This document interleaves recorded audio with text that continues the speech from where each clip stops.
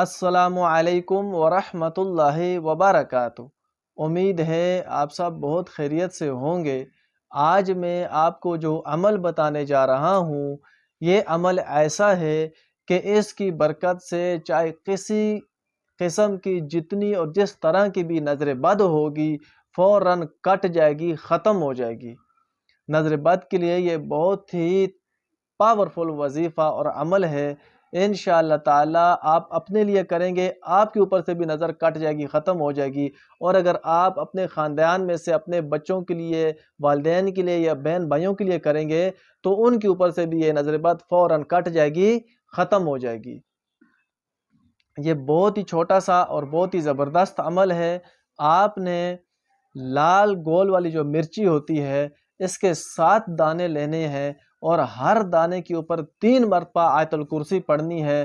اگر نظر چھوٹے بچے کو ہے، یعنی کہ 7-8 سال سے چھوٹا ہے، 8 سال تک اس سے جو چھوٹا ہے، تو ہر دانے کے اوپر 3 مرتبہ آیت الکرسی پڑھیں گے۔ 7 دانوں کے اوپر جب آپ پڑھ لیں گے تو اس کی تعداد ہو جائے گی 21۔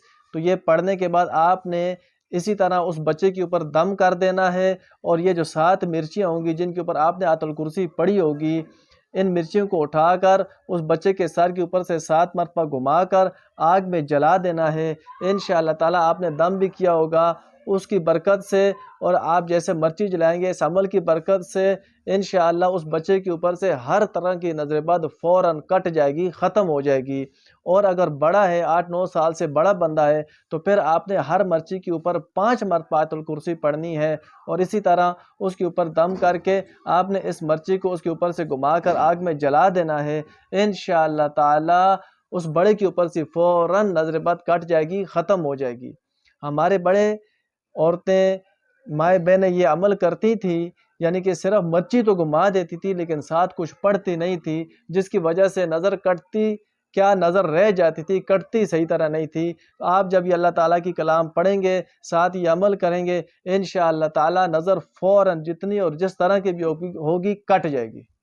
تو آپ کو ویڈیو اچھی لگے اس کو لائک کریں، صدقہ جاریہ سمجھ کر آگے شیئر کریں، اور اگر آپ ہمارے اس چینل کے اوپر نئے ہیں تو اس کو ضرور سبسکرائب کریں۔ انشاءاللہ تعالیٰ اس کے اندر آپ کو ہر روزانہ ہر چھوٹی بڑی بیماری کا وظیفہ قرآن آیات کے ذریعے، قرآن وظائف کے ذریعے، درود پاک کے ذریعے ملتا رہے گا۔ السلام علیکم ورحمۃ اللہ وبرکاتہ۔